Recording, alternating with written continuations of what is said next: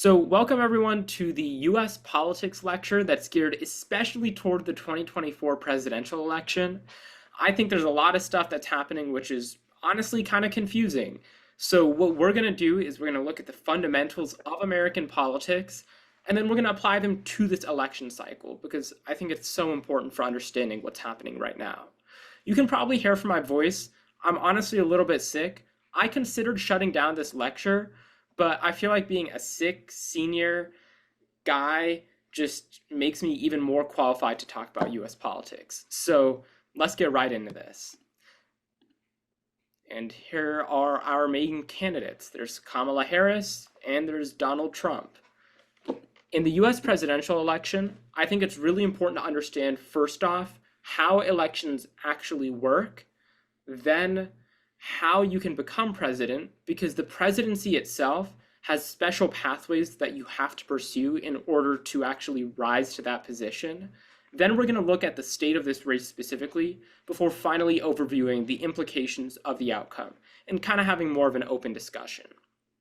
I think that it would be helpful for you all to take notes, but I will say with lectures like this, you can always go back to the recording. I'll post the slideshows later. So if you find yourself writing down specific bullet points in my slides, it's probably not worth it.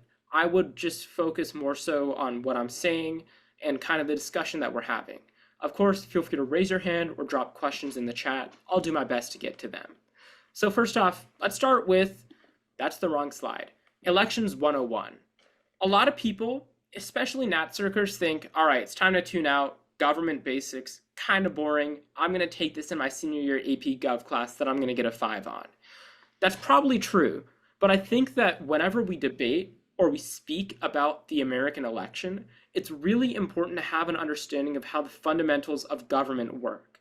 In this case, when we have one candidate saying that democracy straight up doesn't work, it's especially important to understand because we might even end up in a situation where the fabric of American democracy itself is threatened. Again, so whenever we understand the basics of how government works, we're able to understand really complex questions for our audience in a really simple way. I know that's something I've applied myself in rounds like the final round of the Longhorn Classic or even semifinals at the TOC. So when I'm saying that this is something that's important to learn, I definitely make sure that you're still tuning in. So elections, especially in a presidential year, are a kind of democratic process. I think the most important thing that we do in a presidential election, and it's why people vote more in the presidential elections than in midterms or even just a local election, is that we choose our executive, the person who's going to be the boss of America, or just our president. So there's a certain process to that. It's not as simple, of course, as just writing in who you want to vote for and the person with the most votes winning. In addition to choosing our executives, every American chooses a legislator, a state representative, or a congressional representative, or rather both of them. And then we also choose our local governments to make sure that we've got mayors, city council members, district attorneys, small people who do really big things that influence what happens across the country. We're going to be focusing on the presidential election for the purposes of today's lecture, but it is of course important to understand what happens at lower levels of government because you're definitely going to have to analyze that in a US politics round. So let's talk about the Electoral College. This is a cool type of college in that there's no student debt that comes from it, but there's also a lot of other issues with the Electoral College. In specific, the Electoral College is the way that we elect the President of the United States.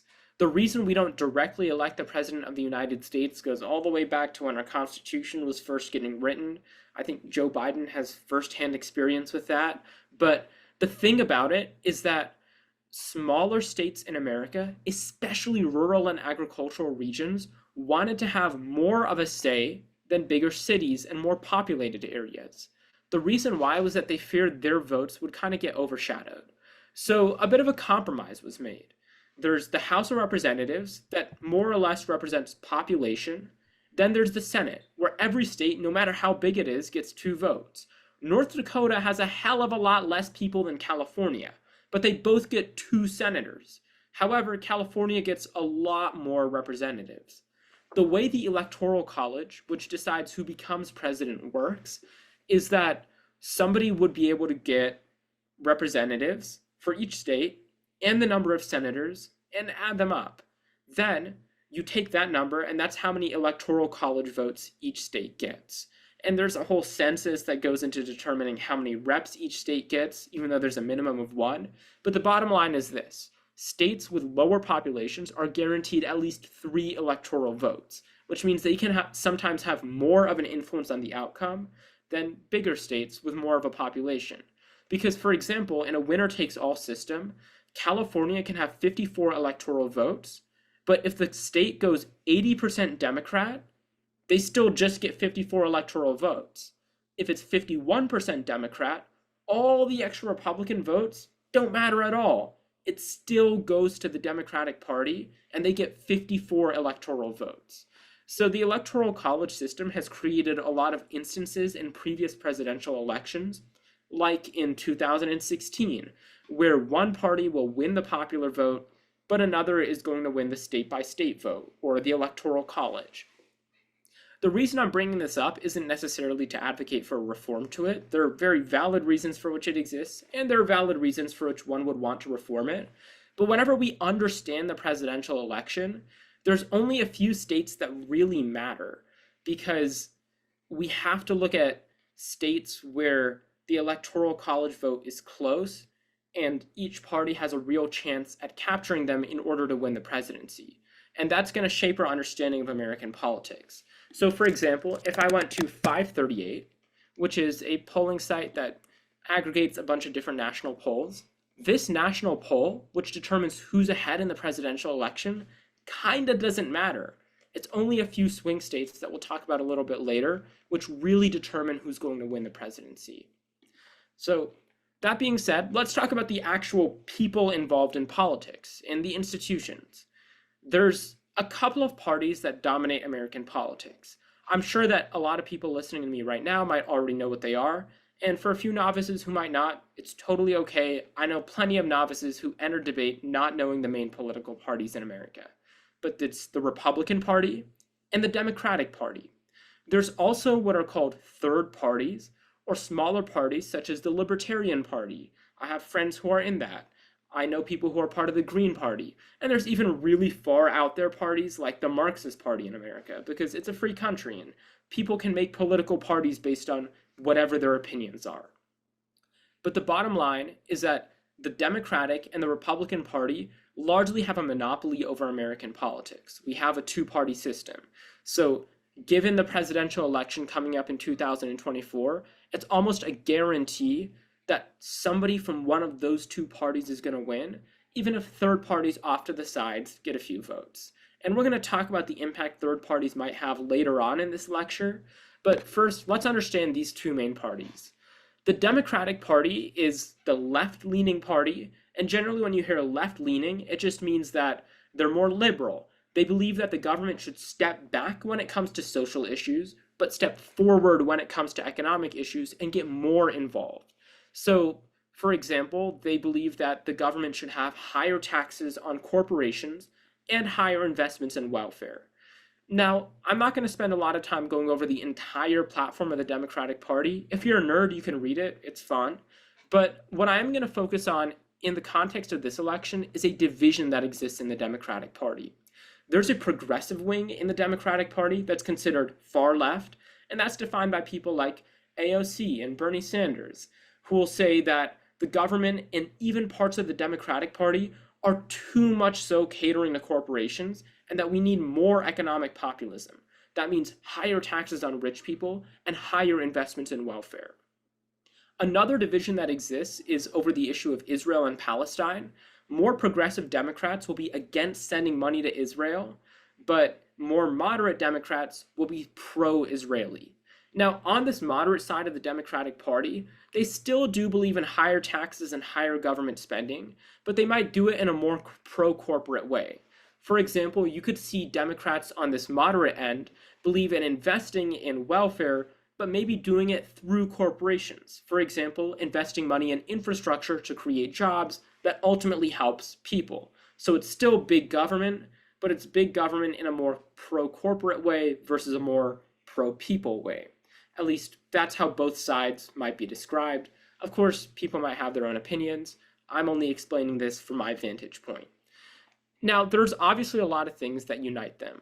So Democrats across the board are pro-abortion access, pro-LGBTQ rights. They're going to be pro-religious freedom in a lot of ways, and generally a little bit more secular. In terms of the people who make up the Democratic Party, it's traditionally been, at least in the last few decades, a coalition of minorities. So it'll bring in Black Americans, Brown Americans, Asian Americans, Hispanic or Latina Americans. And then it's going to try and use those votes to pull them up and win an election. And of course, they still have significant support from white Americans as well, but they traditionally benefit those groups. Someone in the chat asked what populism means. That's a great question. Populism basically means policies that appeal to people who are really, really disgruntled with how the system works. There's going to be a lot of different definitions. I'm sure the dictionary says something different. But essentially, it's saying that I'm going to appeal to as wide a net of people as possible. The way that Democratic populists do this is, for example, Bernie Sanders saying everyone is going to get free healthcare. You can go to the doctor for free. He says this in a cool Vermont accent. I can't do that. So that's going to be what Bernie Sanders says. Donald Trump has another form of economic populism where he says we're going to make things in America. We're going to put tariffs on China. So it's basically appealing to people who have been historically disgruntled, but then really making sure that you're driving that to as many as possible. So that's generally what's considered to be populism. It's a little bit of a more extreme idea, whether that's extremely left or extremely right, and then saying that in a direct way to people. So that's really most of what I had to say about the Democratic Party, that it's this coalition of minorities, it's socially liberal, and that has this division between its progressive wing and its moderate wing. Do any of you all have other questions on it? Cool, that's all good. Now let's move on to the Republican Party. I'm not gonna lie, it's kind of been a mess in the last few years in that there's huge divisions policy-wise. I sound like Trump, huge, but still, there's huge divisions policy-wise that exist inside of the Republican Party, and they've been voting in a block together, but there's still a lot of differences between the traditional wing and then the more extreme wing. But let's start with what's unifying between them. The Republican Party is generally anti-immigrant. Not only do they believe that we need to more strongly clamp down on illegal immigration, but they also believe that the rate of legal immigration needs to be decreased. There's a lot of different dialogue that goes into this idea. Some of it from very extremist Republicans might be something akin to a white replacement theory, where they believe that white people in America are being replaced. More moderate Republicans might just say generally that they fear job competition in our markets and that they want to make sure that Americans can still access jobs. So they want to just reduce the rate of immigration, but still allow some immigrants in. So there's a lot of division, and it's a bit of a spectrum there. And then they're also socially conservative. Republicans have moved socially to be more liberal in recent years, but that's just changing with the times. They're still conservative compared to the Democrats. So for example, a major division that exists between the Republican and the Democratic Party is over LGBTQ rights. Democrats are generally more so in favor of giving transgender people access to forms of healthcare, but Republicans are opposed to it, and they might even oppose the idea of transgenderism overall, or even when it comes to abortion. Republicans believe more generally that abortion shouldn't be allowed and that access should be reduced, and Democrats believe that access needs to be increased and that abortion is a form of healthcare and a human right. Now, when looking at the moderate wing of the Democratic Party, or rather the Republican Party, that's going to be more akin to what you saw under Mitt Romney and John McCain when they ran against Barack Obama as presidential candidates. They're socially conservative in the ways that we discussed. They're very pro-business, so they believe that cutting taxes on corporations will grow the American economy. And if we reduce the amount of government spending, it'll let corporations and companies just do their thing and do really well and give lots of opportunities to all Americans. And then these moderate Republicans are also really pro-intervention.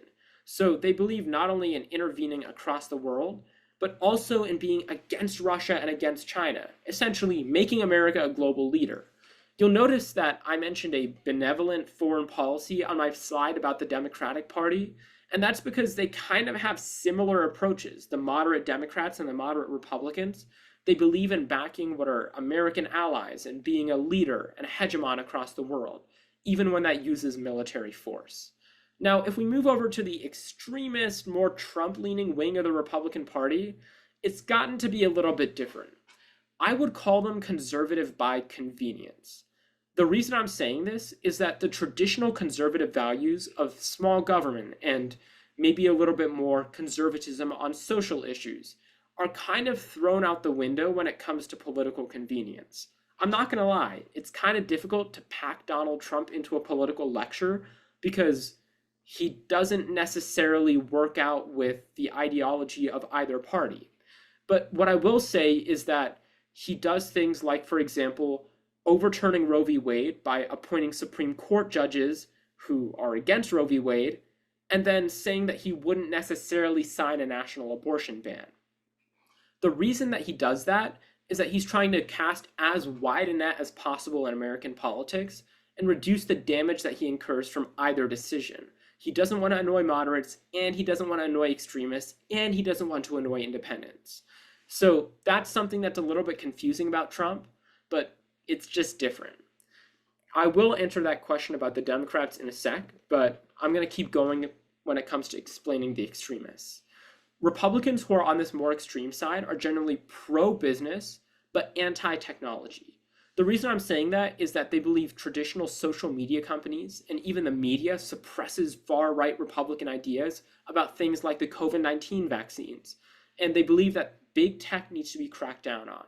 If you want an example of this, you could watch Josh Hawley's speech from a few years ago at the Conservative Political Action Committee, and he was like, we need to get into trust busting and getting rid of these tech companies. In fact, Donald Trump even tried to ban TikTok when he was president because he thought they were kind of Chinese propaganda and not so great for him. In addition to being pro-business, still cutting down on taxes, they are protectionist. So yeah, don't worry. If you guys have questions, please just leave them in the chat. I'll answer it in a sec. So protectionism just means that you believe things need to be made inside of America and that you want to punish other companies that try and sell their goods to America. Donald Trump specifically wants to do this through something called a tariff, and that's like a tax on any goods that are imported into the United States. He wants a 60% tariff on China and a 10% tariff on every other country in the world.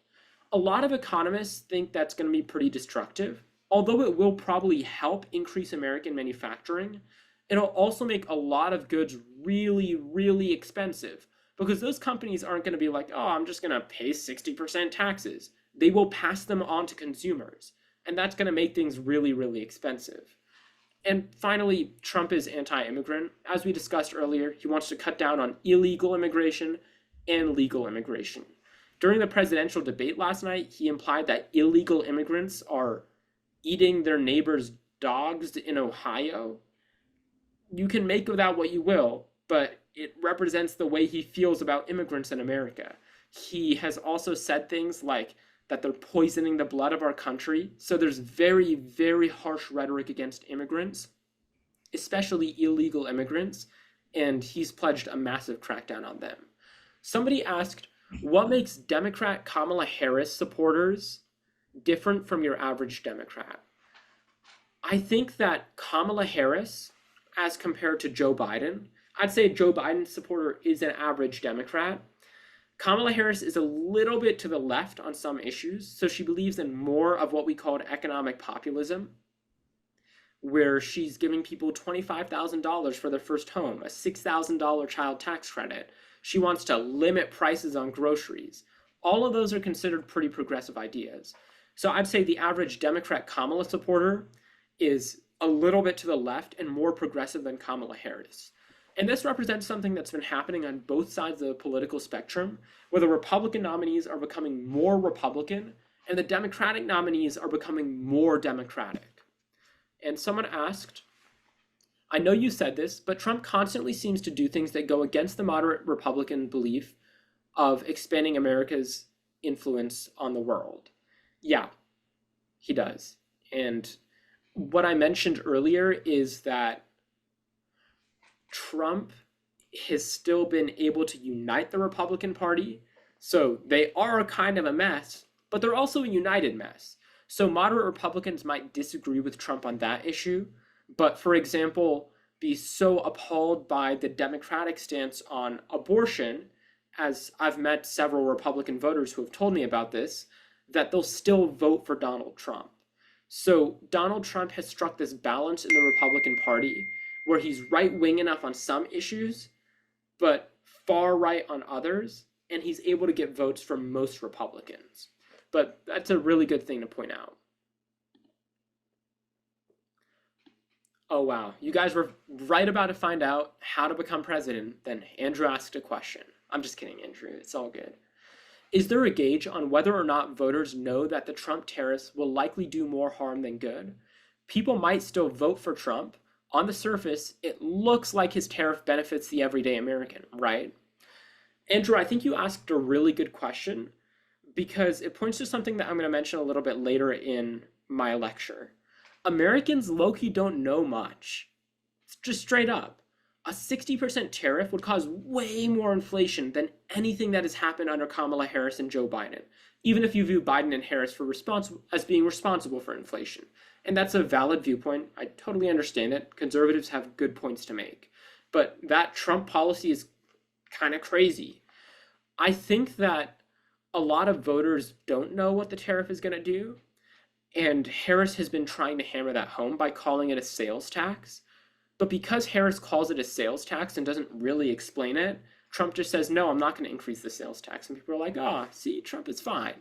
But they instead view the tariff as something that symbolizes how strong of a leader Donald Trump is when it comes to confronting other countries. The way that a populist voter might think is, I've lost my job in a factory, but China has loads of factories. It's China's fault that I don't have a job in a factory anymore. So what people might view as happening is that Trump is standing up to China, whereas Democrats aren't. And that's exactly why people might still vote for him. Another question is he having different policies to try and please every single voter?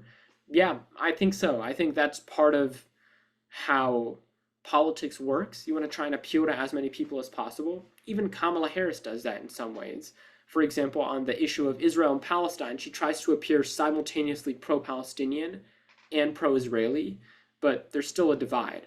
So yeah, Trump tries to cast as wide of a net as possible. Whether that's successful remains to be seen. I think that people forget Trump has been losing in the polls over the last few months, and it's still slightly leaning in favor of Harris right now as we look at the election, even though that can obviously change. And then finally, someone asked, would a tariff help us become more dependent of China? I'd assume you're trying to say independent of China. I think that's a really good question, and there's a lot of evidence on both sides of that. I happen to think that a tariff just, yeah, it's fine. I know you meant independent. I think that a tariff just blanketly applied like Trump would probably be bad for our economy so much that it would send China ahead of us.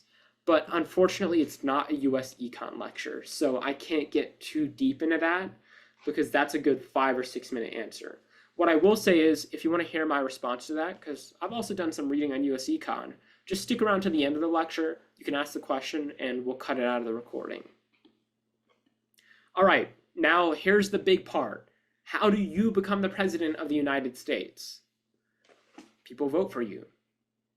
It's kind of obvious. Okay, there's a little bit more to that though.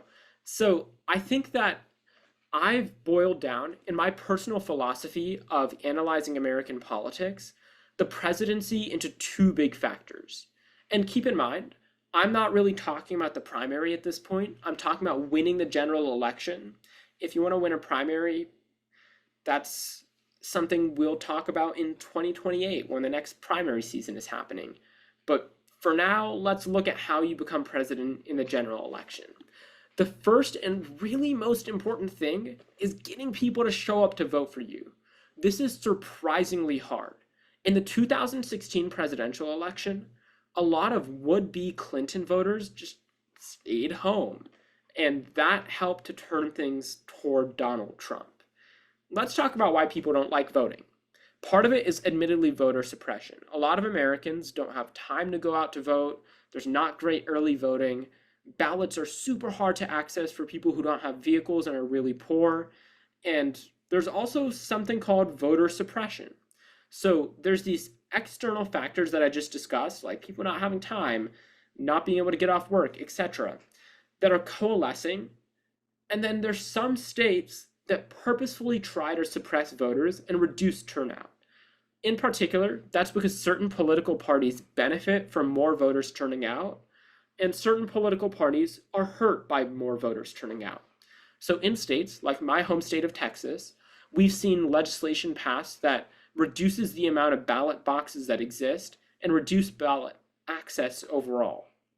And because of that, less people are voting, and some political parties benefit more than others. Now, I think that voter suppression is its own lecture even, but what I will say is that the way that voter suppression happens is just really, really crazy. And it happens in a lot of different ways. We can talk about gerrymandering. We can talk about the fact that in one county in Texas, there's only one drop-off ballot box for absentee voters. There's even signature invalidation. So there's a lot of stuff that can happen that can influence an election's turnout rate, the amount of people whose votes are actually counted. But in addition to these voter suppression laws that primarily exist in states controlled by certain political parties, there's also what we would call dual haters. A dual hater doesn't have anything to do with my last name. What it is somebody who doesn't like either party, the Democrats or the Republicans. And they're like, you know what? I don't like Kamala Harris. I don't like Donald Trump. I'm just not going to vote. So these people who do care about politics, who do follow the news, who do understand what's going on, stay home. And that's really, really problematic for both parties, really, because they can't get people to care enough. And I think that happened especially in 2020. Donald Trump lost a little bit of unique voter turnout, even though turnout was high overall, because people who were Republicans were upset with him. They were upset with 4 years of his presidency being really divisive, the impeachment scandal that he had in 2019, and his response to the COVID pandemic. So that reduced his turnout compared to Joe Biden. Harry, it's all good that you've got to leave. See you later. And then it allowed Joe Biden to win the election. And then finally, there's third parties. The reason I'm mentioning these as something that reduces voter turnout is that third-party votes don't really go into making one candidate win. If you're watching this and you're someone who supports a third party, I totally get it. There's valid reasons to vote third party. It makes a statement. It does other things. It helps mobilize for the future. In the context of the 2024 election, a third party is not going to win. So if you look at Harris or you look at Trump, a third party vote by someone who would have otherwise voted for those candidates is kind of like a decline in turnout for them because they could have garnered that vote. So now these party heads, Harris and Trump, have to find out ways to make sure as many voters turn out as possible. The first way to do this is kind of obvious. It's through get out the vote operations. You take grassroots volunteers, let's say a high school kid who likes politics and wants to support their party. You get them to make phone calls, to knock on doors, to do everything they can to get normal Americans who are kind of on the edges of being involved in politics to show up to the ballots. By doing that, it increases mobilization, but it's also something you need a lot of resources to do. Those resources are people who will knock on doors and make phone calls and everything, as well as money to make sure they have the infrastructure and the tools they need to do that. In addition to having those get out the vote operations for voter turnout, that's not the only thing, because get out the vote is going to help with some of the apathetic people. It's going to help with voter suppression in some ways. But for third parties, to prevent people from leaving your party, you need to have a unified party. So in the case of Kamala Harris, She needs to make sure that progressive Democrats and moderate Democrats are both going to vote for her so that she has as strong of a voter turnout as possible and she has as strong of a base of volunteers to help with get out the vote operations. On the part of Trump, he has to do the exact same thing. Make sure he has resources for get out the vote operations and unify his party. That being said, this is one of the first major factors when it comes to getting elected. Do you all have any questions on it before I move on?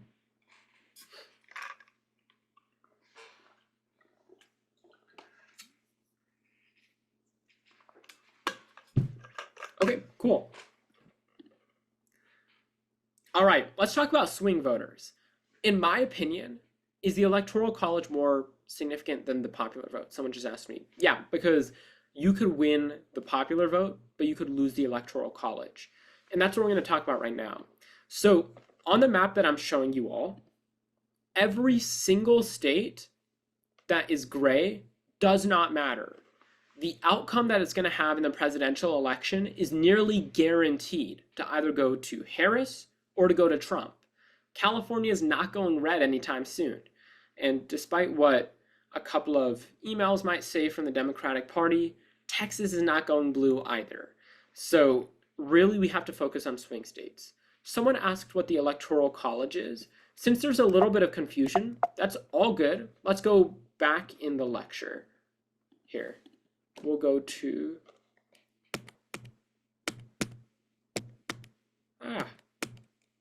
the Electoral College. So the Electoral College is a point system for winning the presidency. So you've got every single state, and there's a certain number of representatives based on population, but there's a minimum of one. Then they have 2 senators, no matter how big or small your state is. That means that states with really tiny populations have a minimum of 3 Electoral College votes, even if they couldn't even get one in another state because of how small their population is. So they have a little bit of an outsized impact to adjust for the fact there's not many people there, but they still want their state's interests to be represented. That being said, in this point system, every state has a certain amount of points. Texas has got 40, Florida's got 30. If you get the majority, or just in general the most votes in that state, your candidate wins all of those Electoral College votes. So let's say that I'm running for president. Waleed Haider gets 20, or how many is it? 30 votes now in Florida. I would now get all of those Electoral College votes. But if I want to become president, I need a majority. So I need 270 Electoral College votes to properly win the presidency of the United States. So if I get Florida, Texas, California, New York, Michigan, Pennsylvania, all these states together, and a majority of people there vote for me, I would win the presidency. And the thing that I'm mentioning here is that it doesn't matter how many people in those states vote for you, as long as it's the majority. So if 51% of people vote for me in Texas, I get 40 Electoral College points. If 100% of people vote for me in Texas, I get 40 Electoral College votes. So there's kind of an imbalance between popular vote and Electoral College because of what I mentioned there. Does that make sense? So it's kind of this point system. You win each individual state with the popular vote, but then the amount of points you get overall determines whether you become president. Cool. Swing voters. There we go. So let's go back to the swing voters. Basically what I'm saying here is this. The amount of points that each candidate is going to get are more or less guaranteed in some states because California is very Democratic and Texas is very Republican. So because of that, there's only a few states that really matter when it comes to actually winning the presidential election. In this case, this presidential election, it's North Carolina, Georgia, Arizona, Nevada, Michigan, Wisconsin, Pennsylvania. By the way, if you're an extemper and you do USX very regularly, you should be able to say those off the top of your head. I personally don't believe North Carolina is a swing state, but most news organizations do, so I'll leave it in there. These are states that were really, really close in the last election and can flip one way or the other. For example, Donald Trump won Michigan in 2016, and then he lost it in 2020. In 2024, no one's really sure which direction Michigan is going to go. But the difference between where candidates start off from and 270 is determined by these states. So Kamala Harris needs to win these states if she wants to win the election. Trump needs to win these states if he wants to win the election. So the way that you win over these swing voters is by concentrating your political party's national power into those 7 swing states. That takes money, media, and energy. Sounds like a really weird macho Instagram post, but these are actually the most important factors. With money, you're allowed to fund what we already talked about, those get out the vote operations, but also advertisements to reach swing voters and explain why your policies are better than everyone else. So if you're running advertisements, you can just talk to voters. And if you have more money, you get to do more yapping. It's pretty cool. Then media. I think it's also important to note that there's a lot of free media that exists for candidates. Kamala Harris doesn't have to pay CNN to interview her, and same thing applies to Donald Trump. So using media appearances strategically and using social media and things like that to leverage yourself to become more well-known and more well-liked is really, really important for capturing undecided voters. And finally, I think energy is really important. This sounds random, and it's very difficult to put into data or even words, but I think that winning over swing voters also has to do with being an exciting candidate. So for example, Joe Biden in this presidential election cycle, he was boring. I'm going to be real, he was just boring. And that's part of what made him lose a lot of votes. He was boring, he wasn't seen as energetic, he wasn't seen as a good leader. Both Kamala Harris and Donald Trump, for all their respective flaws, are very energetic people who are trying as hard as they can to energize their bases. Through things like campaign rallies and social media appearances and other things, they can increase the intensity of their campaign, which brings in more volunteers and brings in more donors and just makes their campaigns run even better than before. A really good example of an energy-based campaign was Barack Obama in 2008. That man was an awesome speaker, and he inspired so many people that he was able to get millions of dollars worth of donations and lots of people turning out at record numbers. So that's really how you get into capturing these swing voters. Do you guys have any questions over that? Comments, concerns, anything? Just feel free to put it in the chat or unmute your mics. Yeah, I have a quick question. So for topics or questions that focus on what a specific candidate can do to win a specific swing state, or as a general, all the swing states, how would you approach answering it? Because a lot of times I've been going about saying emphasizing these issues. Does that just mean speaking about them when you're rallying at those states? Or, yeah. So what I would say is that emphasizing an issue should only ever be one point in a speech, because basically what you're saying, you're making a 7-minute long campaign commercial if you do that. And I understand that style, but I think that you want to think from the perspective of a political campaign. So when we talked about voter turnout and swing voters, what do you have to do to get the maximum number of voters? Let's say I'm giving a speech about winning Florida or even Michigan, right? If I'm thinking about money, media, and energy, I can maybe maximize energy by increasing funding for get out the vote operations. And that would be a very specific issue that exists and a very specific solution, because you could look into shortages that might exist there.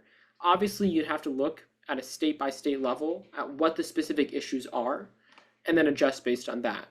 If you're going to go for something policy related, I would always recommend a policy change. So for example, if it's in, let's say, Pennsylvania, we should say that Democrats should be advocating for more rural subsidies. I think I had a point about this in one of my speeches at the Longhorn Classic.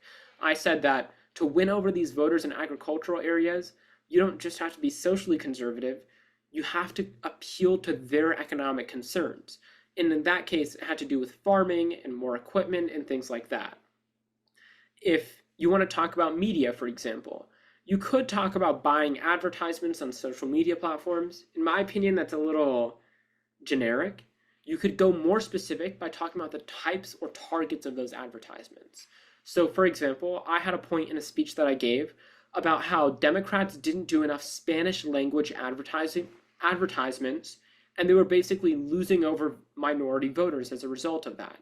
But if the Democratic Party increased their funding towards Spanish language advertisements inside of areas where there's a heavy concentration of Latina individuals, then you would finally start to increase support for the Democratic Party amongst that group because they know what the Democratic Party's positions are. So, although I think emphasizing is good, you want to think about the way in which Democrats emphasize policy. Does that make sense, Andrew? Yeah, thanks for the comprehensive answer. Thank you. Yeah, no problem. Okay, so as we're kind of getting toward the end of this lecture, let's talk about the state of the presidential race as it is. What I'm going to do is I'm going to go over each candidate, and then I'm going to talk about the advantages that they have in the race and the disadvantages. I can't make a prediction of who's going to win the presidential election. I wish I could. It would be so cool for me to make a video here and be like, I think Kamala Harris, or I think Donald Trump is going to win, and then come back and be like, I told you guys I was right. But what I will say, because you will be asked to predict the presidential election because of how Extemp works, if you're going to be asked about that, you should at least understand the factors that are going into each person in terms of what's for them and what's against them. So let's start with the newest person in the race, Kamala Harris. I think that when we talk about energy and turnout and everything like that, Kamala Harris has something huge in her favor, which is that she is brat. She's seen as more young and energetic as a candidate. She's appealing to young people like other candidates in the past, for Democrats especially, really haven't been able to. And she's drawing a lot of support from the internet. I added one of the memes here. It's like, Kamala is brat, or you think you came out of a coconut tree. There's so many memes and edits of Kamala Harris that exist, and all of those are making a real impact on our political landscape. And as a side effect of those memes and of the excitement and everything else, she's also raised a lot of money. There's different estimates of how much money Kamala Harris has raised, because you have to determine whether or not you're going to include the political action committees around her, basically little groups that support her but aren't directly part of her campaign. But even if you don't include those groups, she still raised hundreds of millions of dollars.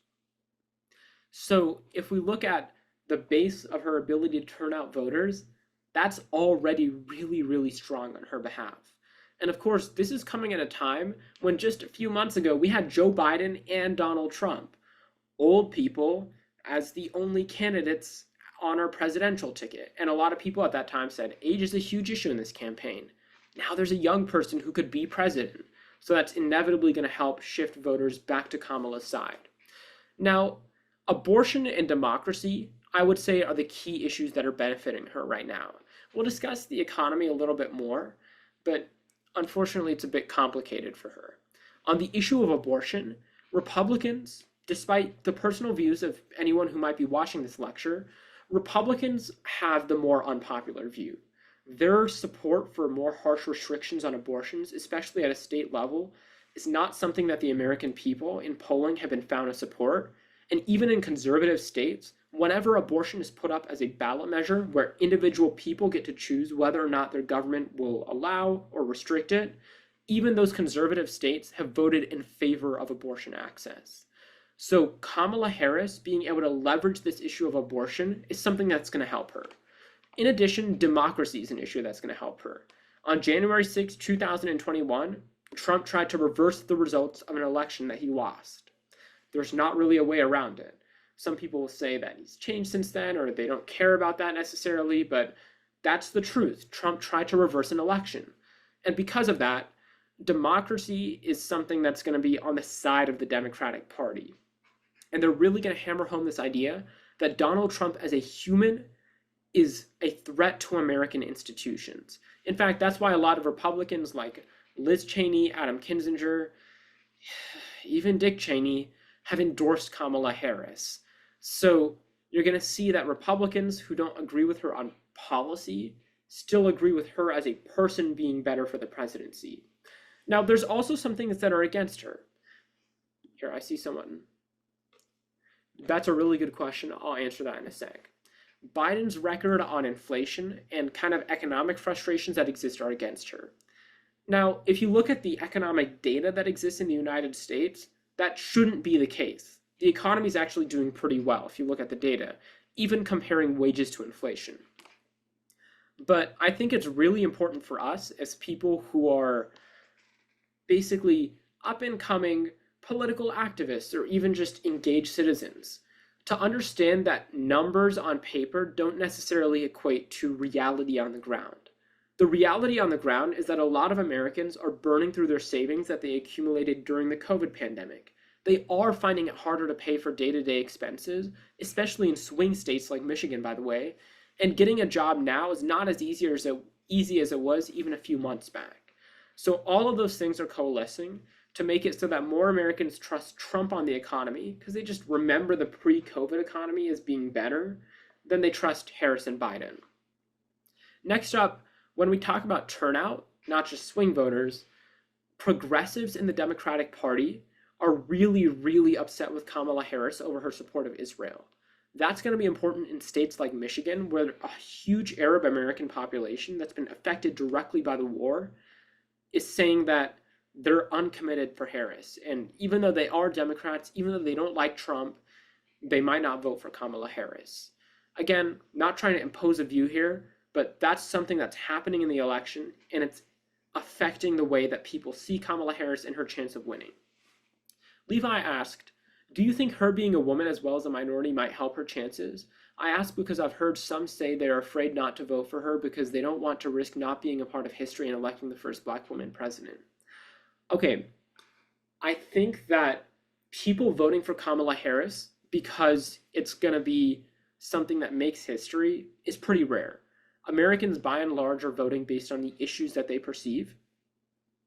And I think that if there's some Americans on the fringes who change their vote in favor of her because of race, there's also going to be a lot of Americans on the other side who are racist and don't want to vote for a woman and don't want to vote for a Black person as president.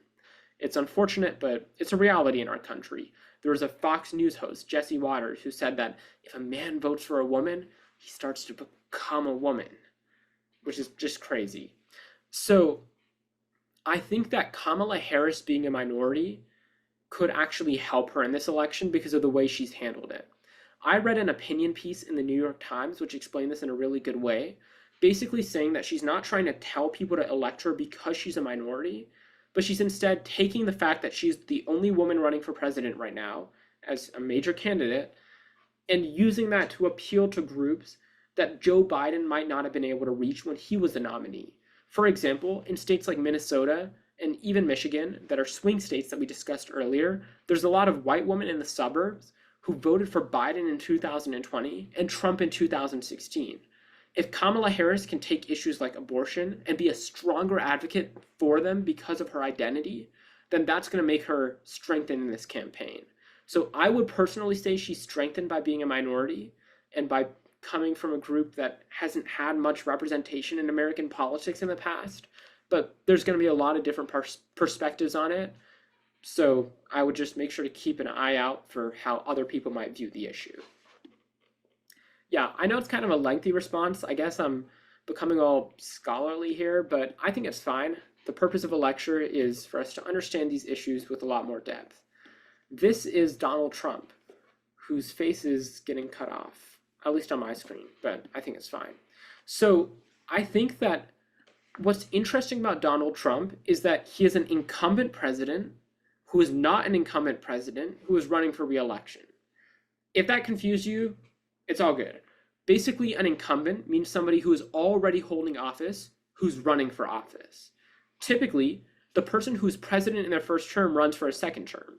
That happened until Joe Biden fumbled the ball. But in the case of Donald Trump, he was president between 2016 and 2020, then not president over the last 4 years, but he's running for president again. This gives him some advantages because it's basically something where he can criticize the existing administration and not really be responsible for anything, but then also play up some of the successes he's had in the past while ignoring issues and failures. So When it comes to what Donald Trump can really advertise on, I think that inflation in America, which is coming down but was still a huge issue, and war around the world are things that are helping him. Donald Trump, whether you like him or not, is running a very negativity focused campaign.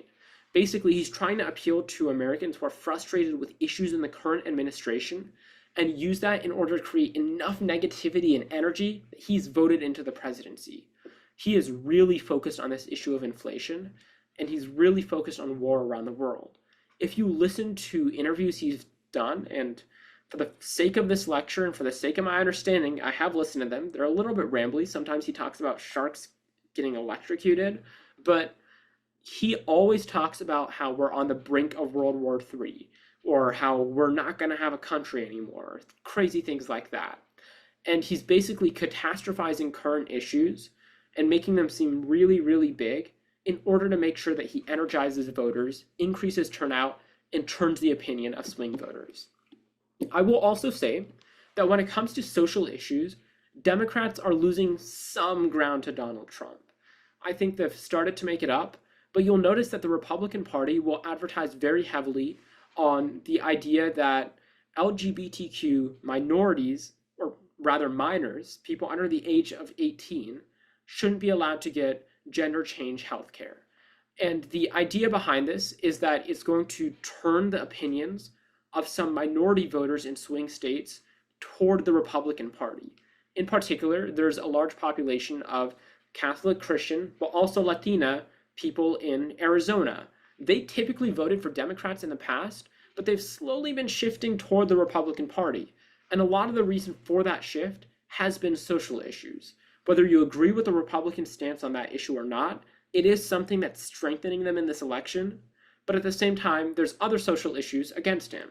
And that kind of brings me to the first thing that I wanted to discuss, which is that Trump killing Roe v. Wade when he was president is kind of coming back to haunt him, because he's having a balance between two sides of his party and even independents. On one hand, he wants to appeal to more moderate Americans who believe in exceptions for abortion access and believe in increasing abortion access compared to where it is right now. But he also wants to retain his more far-right base that believes in restricting it as much as possible. So because of this division, it's something that has the potential to hurt his voter turnout, to hurt his energy, and to hurt his ability to capture swing voters. Additionally, he's also facing some backlash from conservatives over his foreign policy and even his stances on things like democracy, as we talked about earlier. All of that is basically reducing his ability to unite the Republican Party.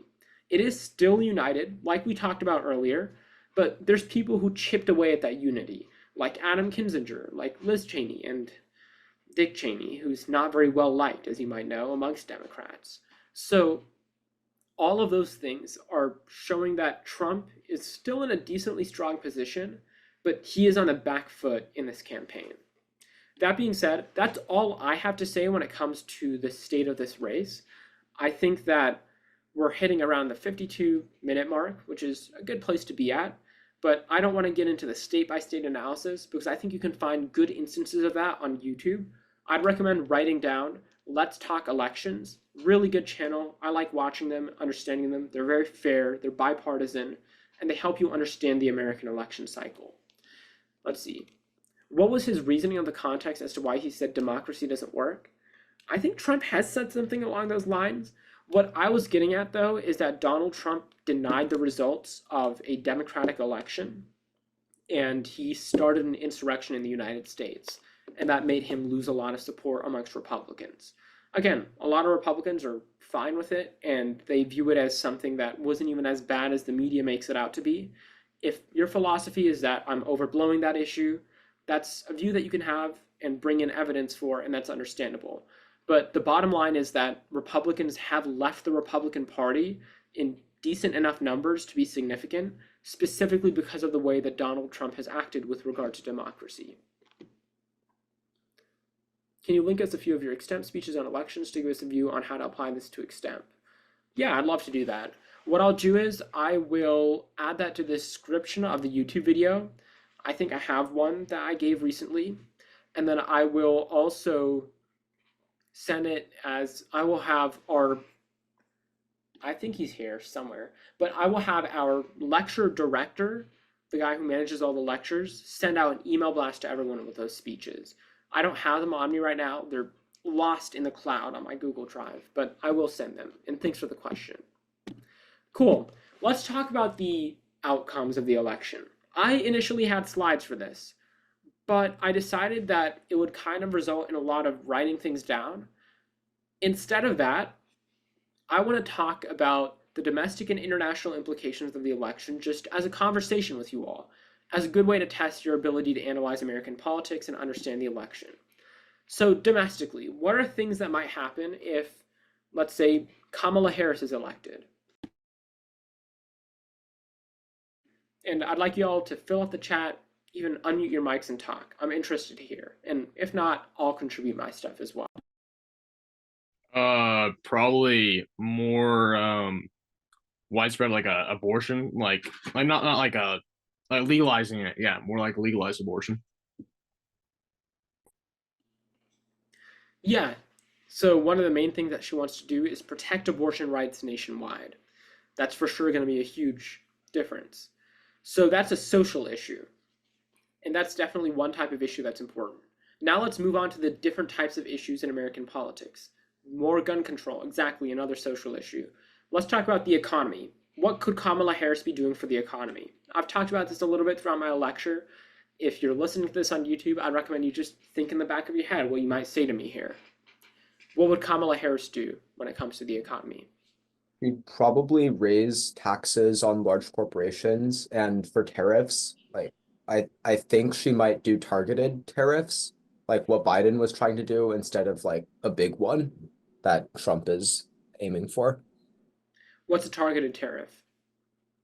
A targeted tariff. This might not be exactly correct because I haven't had a ton of experience talking about it. I think it's a tariff on a specific industry or sector. So I think a few weeks ago, I gave a speech about EVs, and Biden had a targeted tariff on Chinese-made electric vehicles, and he like raised the tariff on that, but only that specifically. No, that's right on. I just wanted you to explain that and to practice that skill of explaining. But really good explanation, Andrew. We've got subsidizing social programs, exactly. Taxing more of the rich and helping the lower and the middle class. 25,000 for first-time home buyers. More union power, exactly. So that's kind of the Democratic side. So we talked about social issues, we talked about economic issues.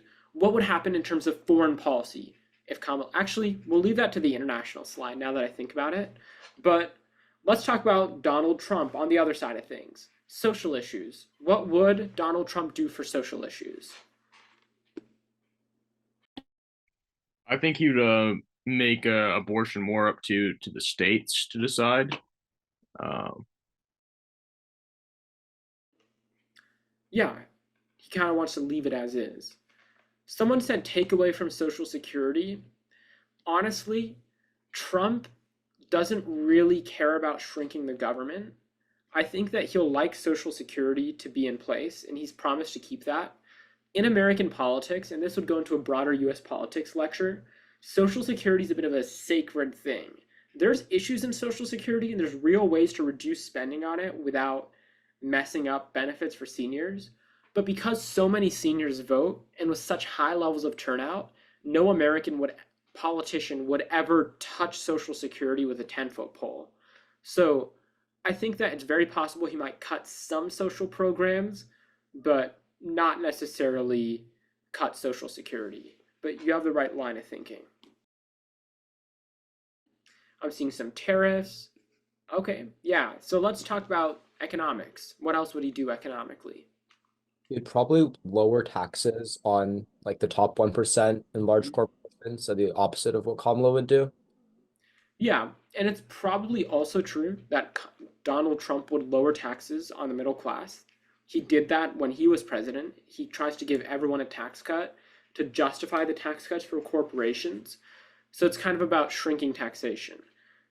He mentioned improving Obamacare or replacing it with a better policy. Yeah, so Donald Trump has said that he wants to replace Obamacare with a better policy where the government is not more directly involved in healthcare, but is instead just negotiating with healthcare providers and trying to regulate prices.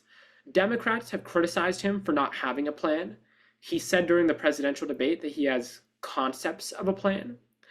And last time he was president, he just tried to get rid of Obamacare without replacing it. So he has said he's going to replace it, but his plan's not super clear to anyone, even Trump supporters. Yeah, spend more tax money on the border. That is kind of economic. It's bridging on foreign policy. It's also a social issue.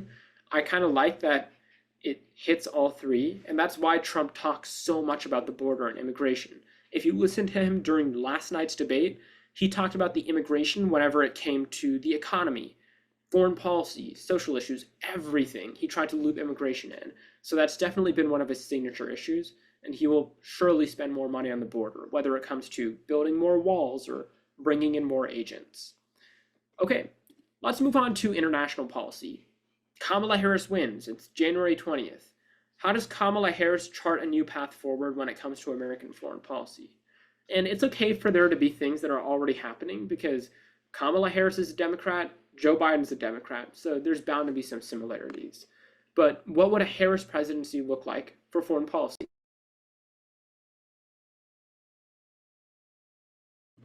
Someone said funding for Ukraine. Bethany, exactly, right on.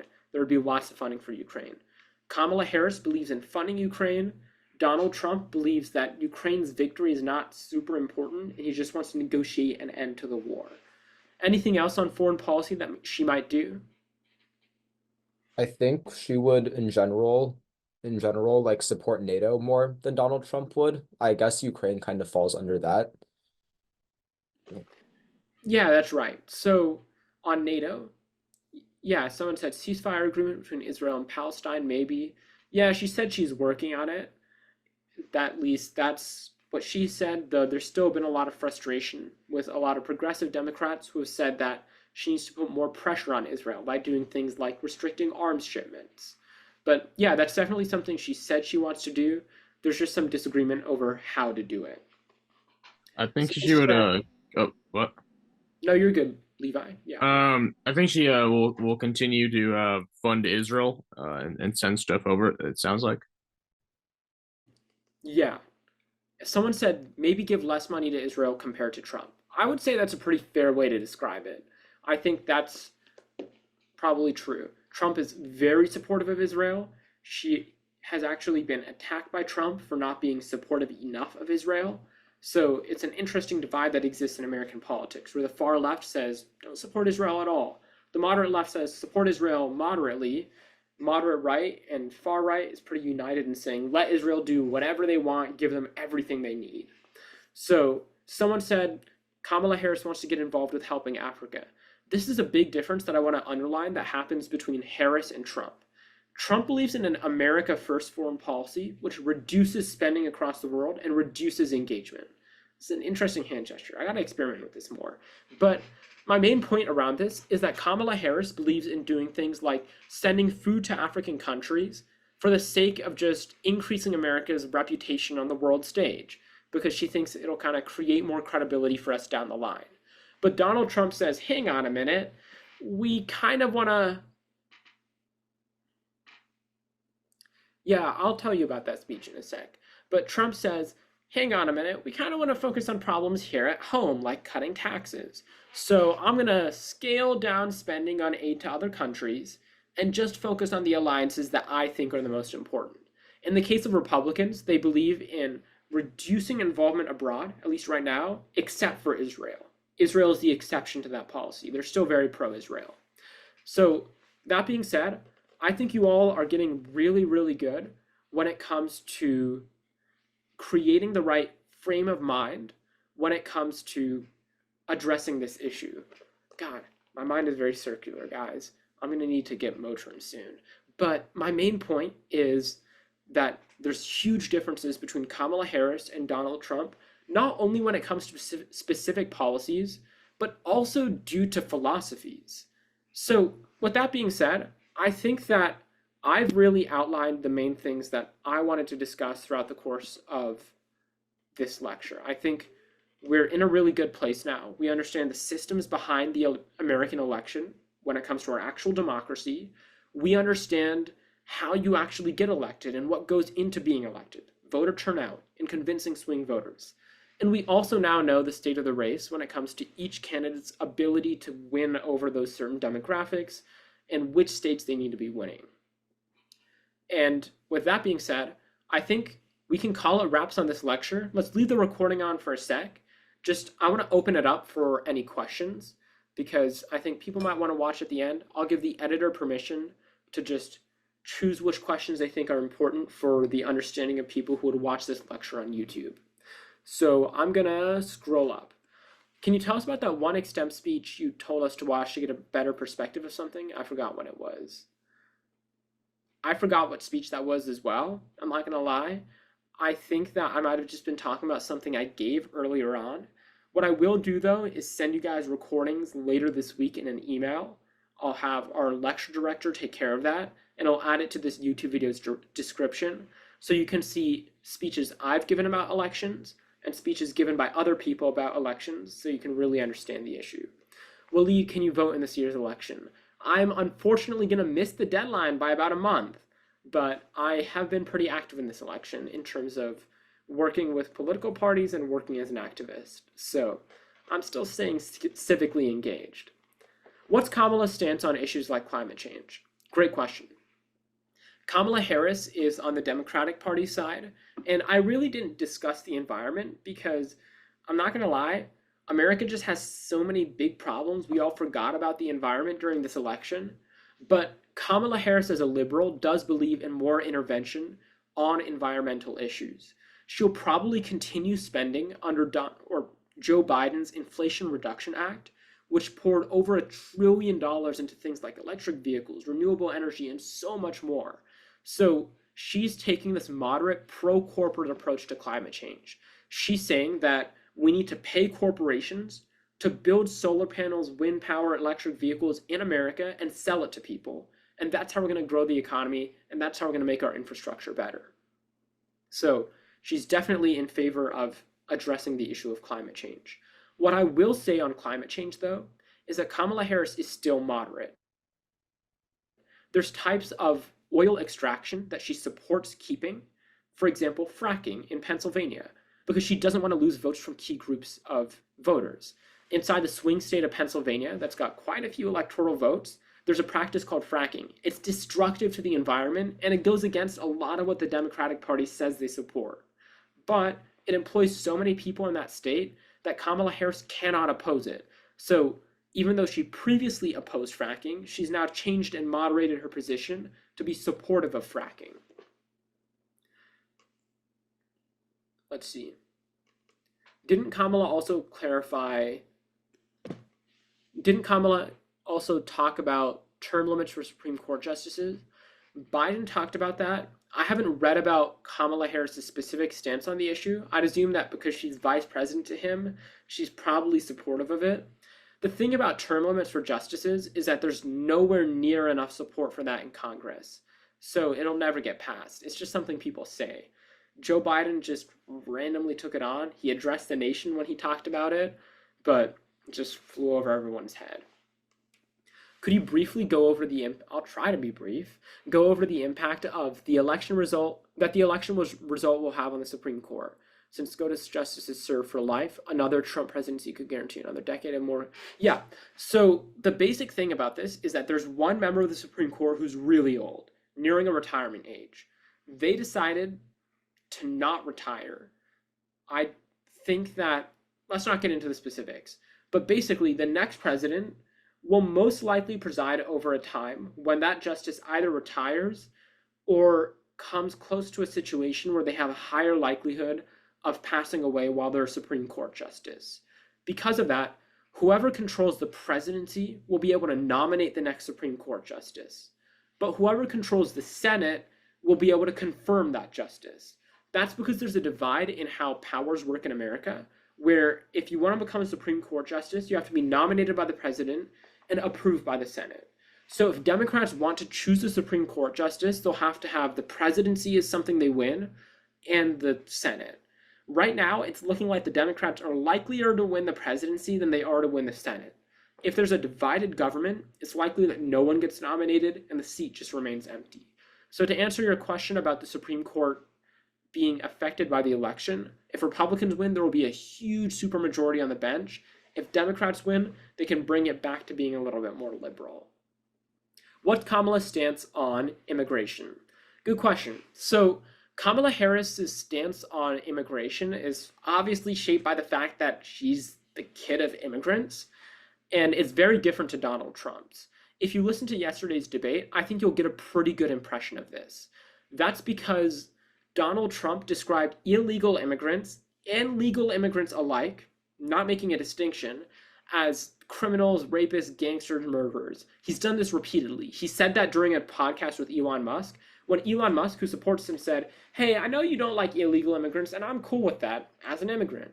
But you know, there's a lot of really cool people who immigrate to America and they help us and they're legal immigrants." Donald Trump responded by saying, "Well, actually, these people, I'm sorry to tell you, are actually criminals." And then he went on this whole rant about how Venezuela's sending criminals over and how a lot of countries are really, really bad on this issue.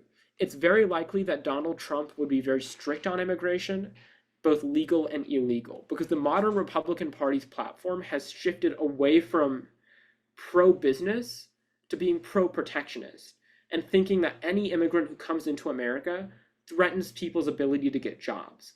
Because of that philosophy that exists inside of the Republican Party, it's very unlikely that Donald Trump would do much to make the immigration process speed up.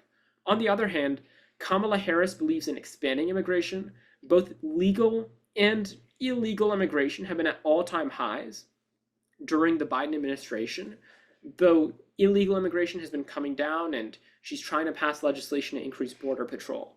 There's a consensus in American politics, and by the way, I'm spending a lot of time on this because I'd like the editor to keep it in, and I think it's an important issue since it gets talked about a lot in American politics. But there's a general consensus in America now that illegal immigrants shouldn't be coming in at the rate that they are. I'm not going to say anything about this particularly myself, but what I will say is that both sides support legislation to increase border patrols and to increase surveillance on the border. So what we're going to see under a Harris presidency is likely less illegal immigration and more legal immigration, because they have this philosophy of letting people in. There's a lot of socially liberal people in the Democratic Party who love the idea of immigrants, but they also don't want to let in illegal immigrants because they see that as being bad politically. Okay, next, and I think this is our final question. Please feel free to keep leaving them in the chat. I have a lot of time here, and we're just going to edit it for brevity. How do you stay so current on the news? Do you recommend? Do you have a recommended amount of articles a day to read? That is a really good question. So I like reading The Economist Espresso every morning when I wake up. Here, it's right here. There's The Economist, The World in Brief. You can get The Economist Espresso as an app, and that's a really useful thing to have. So this is something that helps me keep up with a lot of news stories. I think that extempers and just people in general focus a lot on big ticket news items like the presidential debate or something that happens in the Middle East. But the reality is that a lot of what we talk about in debate and a lot of what we talk about in Extemp doesn't actually have to do with those big controversial issues. My semifinal round of the national season opener this week was about Indonesia's renewable energy pursuit and how Indonesia could increase its renewable energy share without compromising energy security. That's really technical. I mean, I had a lot of fun with it. The judges did too. But my point is that if you're reading The Economist World in Brief, you'll learn about things from all over the world. The other recommendation I would make is listening to podcasts. I listen to The World Next Week by the Council on Foreign Relations every Thursday. It's my pre-tournament ritual, and that really helps me keep myself caught up on the news, and it also improves my fluency because I hear high-level academic vocabulary that I typically don't hear during the school day that I can basically keep in touch with in my mind. And that way I'll go to a debate tournament and still be able to speak casually when it comes to my attention getters or jokes that I'm cracking, but also be able to speak in a more academic and informational tone when I'm needed to. So that being said, that's, I think, all that we've got to go over. If you all have any questions, comments, concerns, I'll open up the floor now. But other than that, I am ready to end this recording and lecture. Sorry for making you talk so much while sick. It's okay. I appreciate it, guys. Thank you all so much for coming, and thank you all so you. much for watching.